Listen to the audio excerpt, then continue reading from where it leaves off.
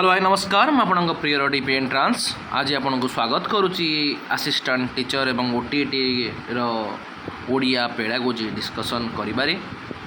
आज आम assistant teacher unity 1 pedagogy देखिबा जेउथरे कि आम जानिबा जे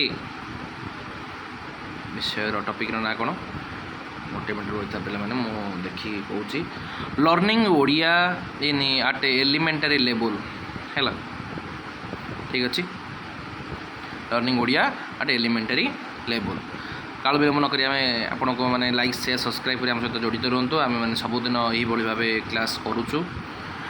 प्राथमिक स्तर में शिशुर मातृभाषा शिक्षादान मूल आभिमुख्य कौन जितेबाला गोटे पिला मातृभाषा शिक्षादान करे तार प्राथमिक लक्ष्य हूँ कौन शिशुर निजर चिंताधारा को सठिक भाव प्रकाश करवा एवं अन्यर कथा को बुझा जहाँफल तार भाव विनिमय शक्तिर विकास हो पार। Option number D is the right answer. Next पे मैंने कौन देखिए भाषार शिक्षण चारोटी मौलिक दक्षता जो रही listening speaking reading writing LSRW मध्यरु केउंटी प्रथमे विकसित हुए। प्रथमे गोटे पिला जो जन्म हुए शिशु जन्म पर प्रथमे शब्द शुणा आरंभ करे जहाँ अन्य समस्त दक्षता रे आधारित होता है। Option number D is the right answer. Next पे मैंने कौन देखिए भाषा शिक्षादानर केउं नीतिटी शिक्षकों पाई सर्वोत्तम अटे। जितेबाला गोटे शिशु जानी विषय को नूतन विषय को आड़ को शिखाइले तार आग्रहटा बढ़ आ शिक्षणटा सहज हो पार। तो नोन टू अननोन जणा रु अनजणा option B is the right answer.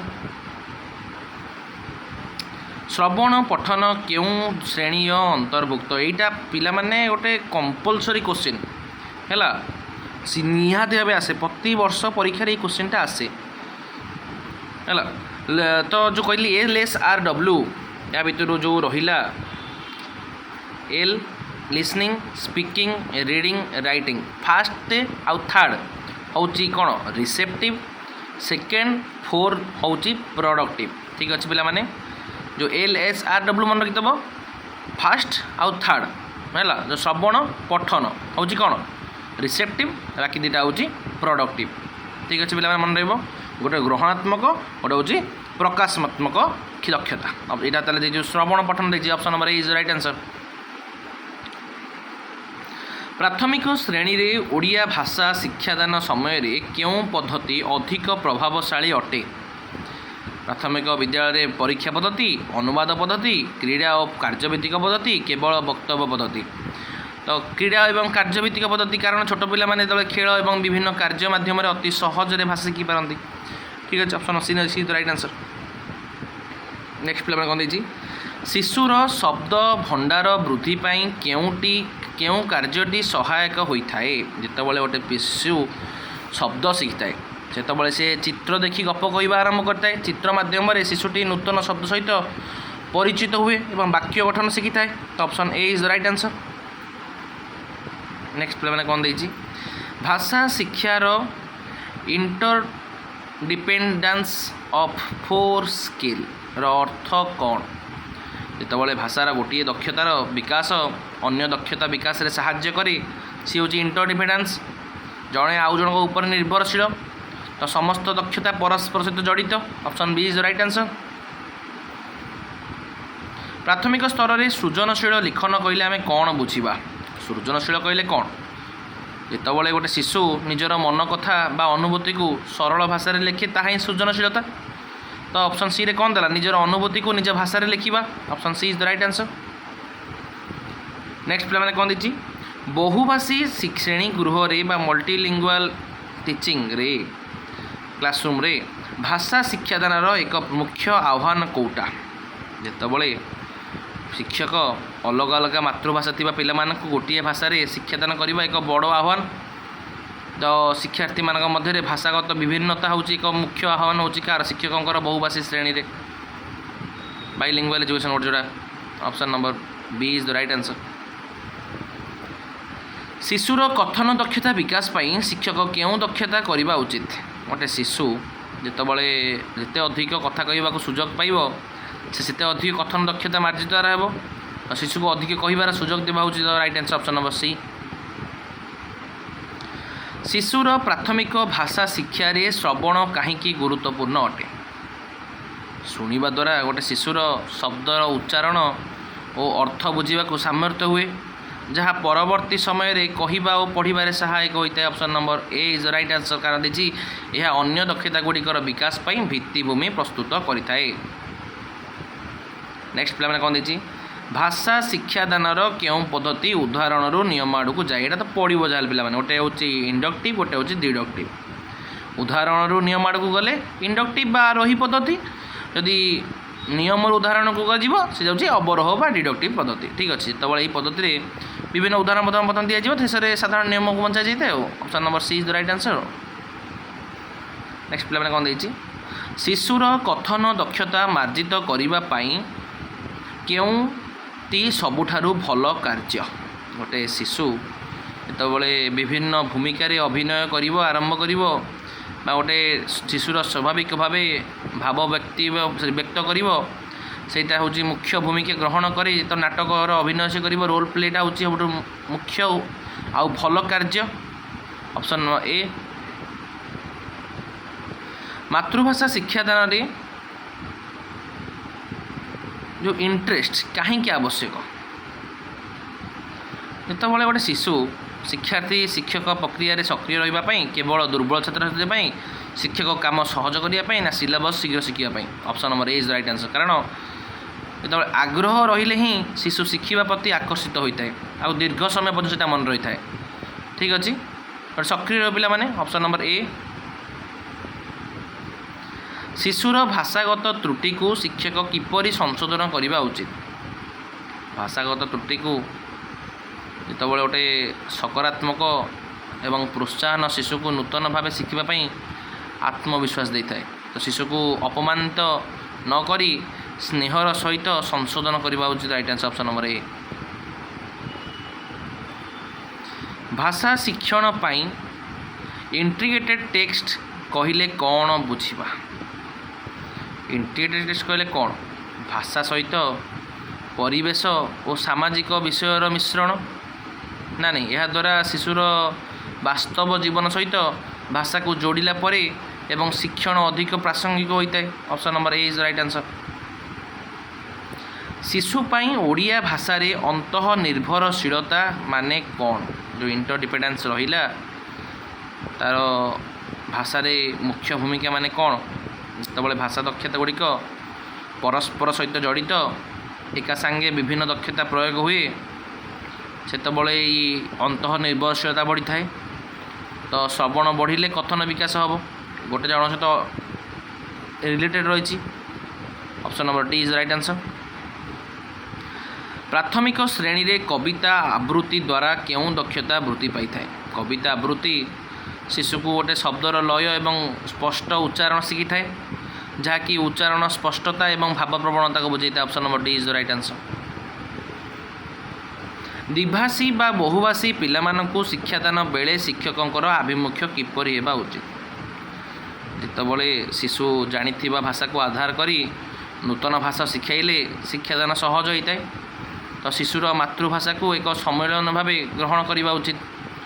Option number B is the right answer.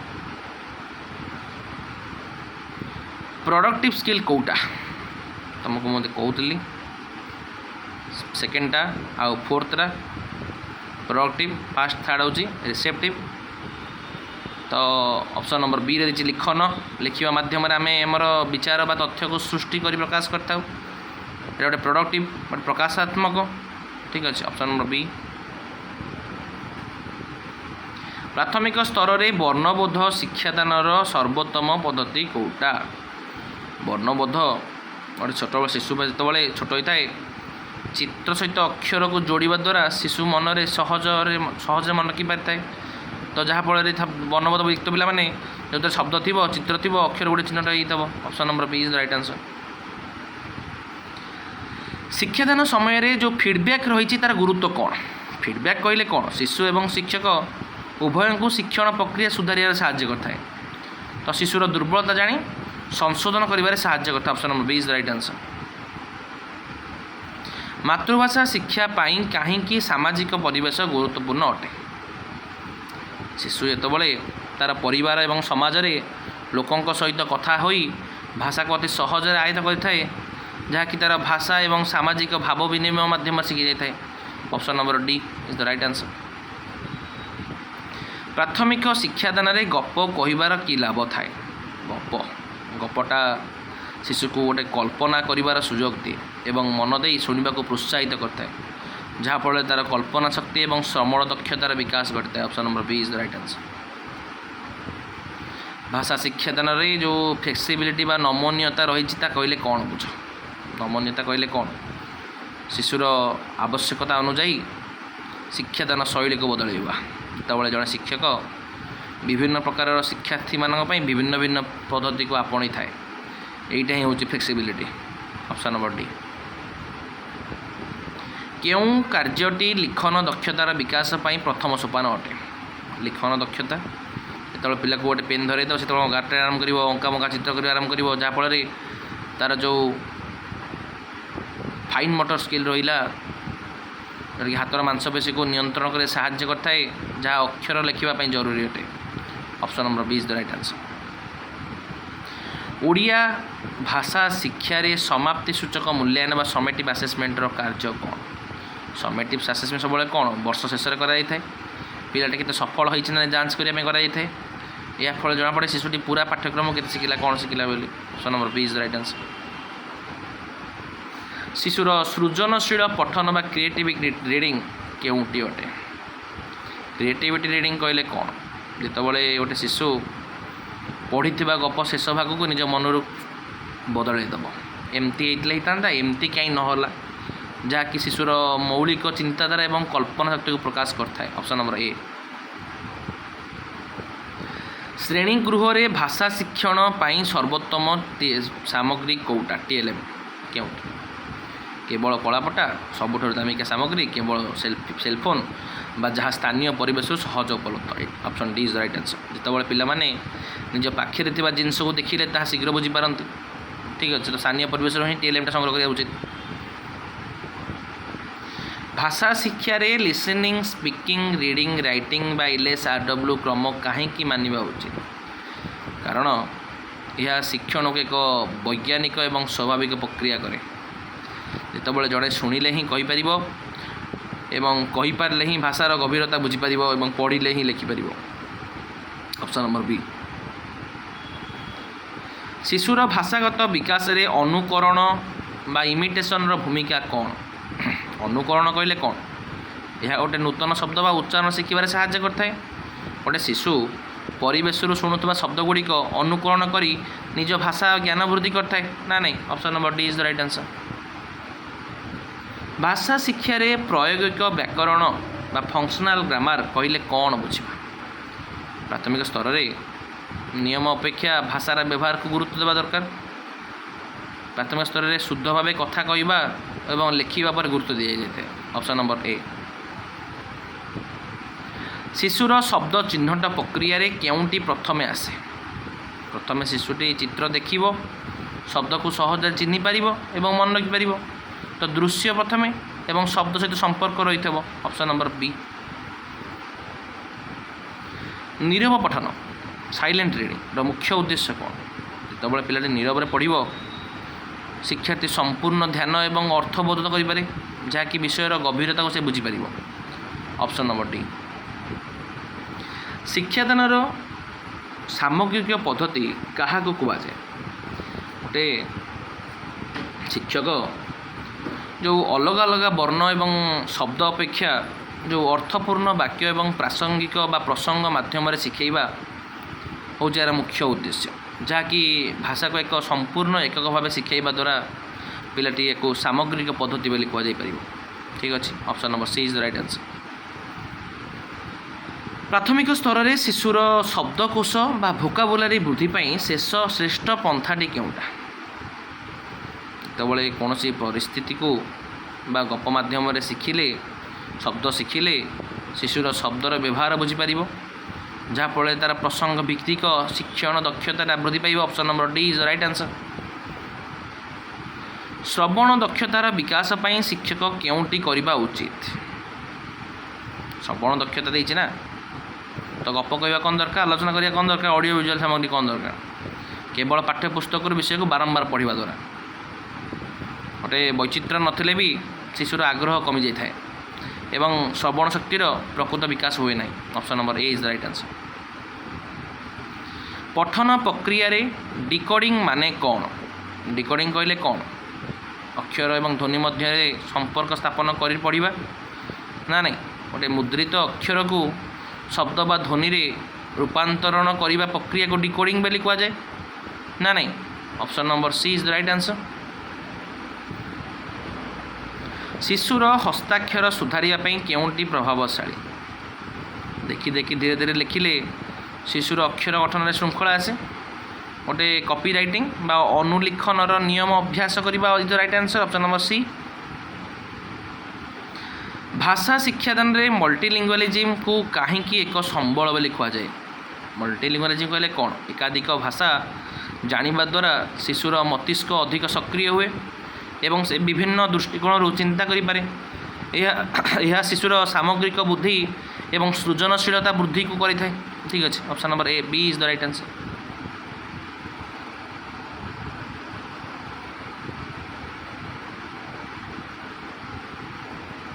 Next पे कौन देला प्राथमिक श्रेणी रे क्यों प्रकार पठन उपरे अधिक गुरुत्व दिया जिबा उचित जिते पिला छोट थी गोटे सौरभ पठन दरकार गोटे लाउड रीडिंग दरकार जोरे जोरे पढ़ा द्वारा शिशुर उच्चारण शुद्धता एवं परीक्षा करा जाई पारे option number A is the right answer भाषा शिक्षण रे रुद्धिमंत परिवेश रो अर्थ कौन रुद्धिमंत परिवेश कहले कौन शिशुर चारि पाखे लेखागुड़िक देखिले से स्वाभाविक भाव भाषा शिखी थाए जहाँकि गोटे श्रेणी गृह भाषा संबंधित चार्ट बही पोस्टर रहा गोटे निहाती दरकार ऑप्शन नंबर ए सब नेल बयालीस पिला कौन कौन जी शिशुर पठन अभ्यास बढ़ेबारे केउंटी सबुठार उपयुक्त श्रेणी गृह रे रुचि अनुजाई रंगीन गप बही पढ़ा द्वारा केवल व्याकरण नियम पढ़ा द्वारा केवल सिलेबस बही पढ़ा को बाध्य करने द्वारा ना बही पढ़ले टंका पुरस्कार दि जाए option number A is the right answer कारण आग्रह थिबा विषय पढ़िले ही शिशुर पठन दक्षता स्वतःपूर्ण वृद्धि पाई थाए ठीक अच्छे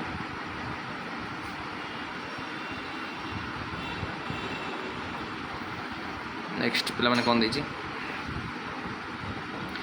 शिशुर सूत्र लिखन करिवार मुख्य उद्देश्य कौन सूत्र लिखन कहले कौन बनान शुद्धि एवं शुणिबा दक्षता परीक्षा शुणिकी सठिक भाव लिखिले ही शिशुर एकाग्रता एवं बनान ज्ञान वृद्धि पाई थाए ऑप्शन नंबर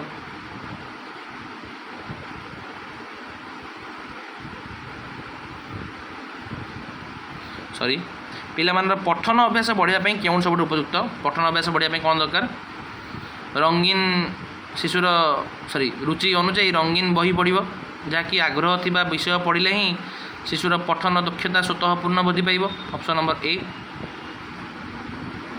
भाषा शिक्षादान प्रत्यक्ष पद्धति केउंटी वर्जन करा जाय थाए भाषा शिक्षादान प्रत्यक्ष पद्धति कहले कौन प्रत्यक्ष पद्धति रे सीधा सड़क से ही भाषार शिक्षादान दि जाए अन्य भाषार साहाय्य नि न थाए ऑप्शन नंबर सी भाषार व्यवहार एवं अनुवाद शिशुर सूत्र लिखन करिवार मुख्य उद्देश्य कौन ऑलरेडी कहि सारे मु बनानगत शुद्धि एवं शुणिबार दक्षता परीक्षा करिबा भाषा शिक्षण रे स्वाभाविक क्रम कहले कोटा LSRW श्रवण कथन पठन लिखन हूँ भाषार गोटे वैज्ञानिक एवं प्राकृतिक क्रम नेक्स्ट पे कौन देछि शिशुटीर भूल उच्चारण कले शिक्षकर कर्तव्य कौन तबले शुणिबा माध्यम ही गोटे शिशु निजर उच्चारण में संशोधन आनीपे तो सही शब्दर सठिक उच्चारण बारंबार शुणा द्वारा ही तार शिक्षकों एक मुख्य कर्तव्य अटे option number B is the right answer Odia भाषा शिक्षा रे पोर्टफोलियो कहीं व्यवहार करा जाए पोर्टफोलियो यह द्वारा शिक्षक शिशुर प्रगतिर एक पूर्णांग चित्र पाई थाए ଶିକ୍ଷାର୍ଥୀର କାର୍ଯ୍ୟ ସଂଗ୍ରହ ଏବଂ ବିକାଶର ଧାରଣା ଦେବା ପାଇଁ ପୋର୍ଟଫୋଲିଓ ଦରକାର। Option number A is right answer. ପ୍ରାଥମିକ ସ୍ତରରେ ବ୍ୟାକରଣ ଶିକ୍ଷାଦାନ କେଉଁପରି ହେବା ଉଚିତ?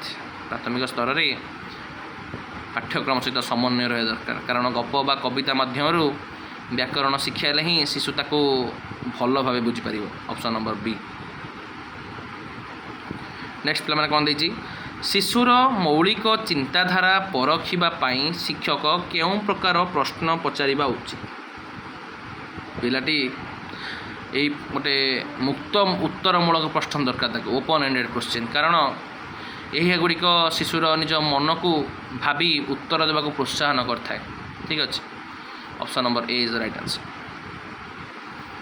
ନିମ୍ନଲିଖିତ ମଧ୍ୟରୁ କେଉଁଟି ରିସେପ୍ଟିଭ୍ ସ୍କିଲ୍ ଅଟେ?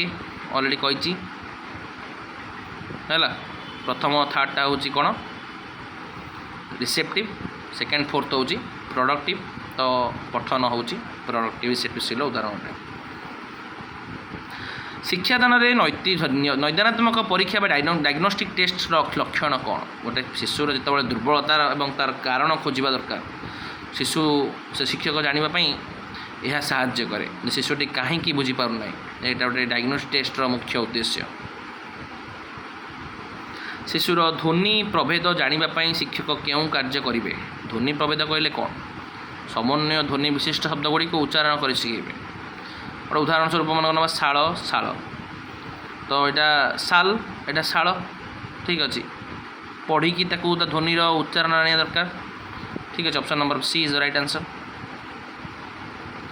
ଭାଷା ଶିକ୍ଷାରେ ଯେଉଁ ଫର୍ମାଲ୍ ଏଜୁକେସନ୍ ରହିଛି ବା ଔପଚାରିକ ଶିକ୍ଷାର ସ୍ଥାନ କେଉଁଠି? ବିଦ୍ୟାଳୟ ଆଉ ଶ୍ରେଣୀଗୃହ, କାରଣ ଯେଉଁଠି ଏକ ନିର୍ଦ୍ଦିଷ୍ଟ ପାଠ୍ୟକ୍ରମ ଏବଂ ନିୟମ ଅନୁଯାୟୀ ଶିକ୍ଷାଦାନ ଦିଆଯାଏ ତାହାକୁ ହିଁ ଔପଚାରିକତା ବୋଲି କୁହାଯାଏ। Option number A is right answer. ଶିଶୁର ବାକ୍ୟ ଗଠନ ଦକ୍ଷତା ପରଖିବା ପାଇଁ କେଉଁ ଶ୍ରେଷ୍ଠ ଉପାୟ? ବାକ୍ୟ ଗଠନ କହିଲେ କ'ଣ? ଗୋଟେ ଶବ୍ଦକୁ ନେଇ ନିଜେ ବାକ୍ୟ ତିଆରି କରିବା ଦରକାର, ଯାହାଦ୍ୱାରା କି ଜଣାପଡ଼େ ଶିଶୁର ଶବ୍ଦର ଅର୍ଥ ଏବଂ ବ୍ୟବହାର କେତେ ଦୂର ବୁଝିଛି ନା ବୁଝିନାହିଁ।